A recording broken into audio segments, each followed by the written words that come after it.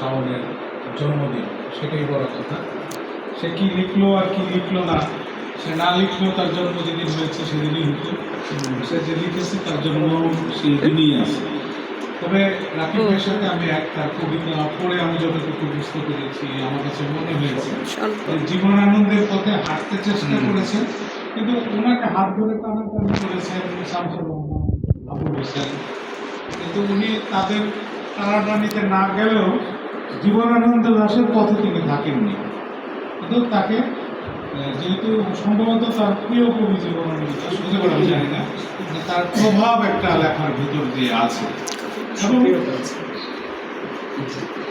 দুঃখবোধ কবিতার এই যে সমুদ্রে আগুন জ্বলে, সেটা পরে যেটা মনে হয়েছে যে অপেক্ষার নামই বুঝি প্রেম, এবং শেখ মনিরুজ্জামান সংস্করণ যে অপেক্ষার নামই প্রেম।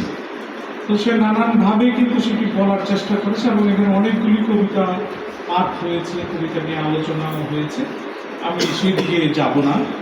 আমি শুধু এইটুকু বলতে চাই, এই শোন কোথায় যাচ্ছ, দাঁড়া আর 1 মিনিট, সময় নেই, 1 মিনিট করতে করতে 2 ঘন্টা পার হয়ে গেছে, সন্ধ্যা ঘনিয়ে কালের রাত্রি এলো বুঝি, এবার যাই।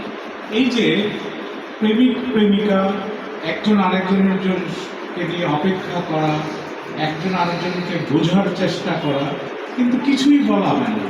সারাদিন যে আমরা যে দেখি গাছতলায়, মাঠতলায় বা নদীর পাড়ে যে সারাক্ষণ কথা বলে, কি বলে তারা, কি কথা তার সাথে তাহার সাথে, জীবনানন্দের মতো আসলে কোনো কথাই কিন্তু হয় না।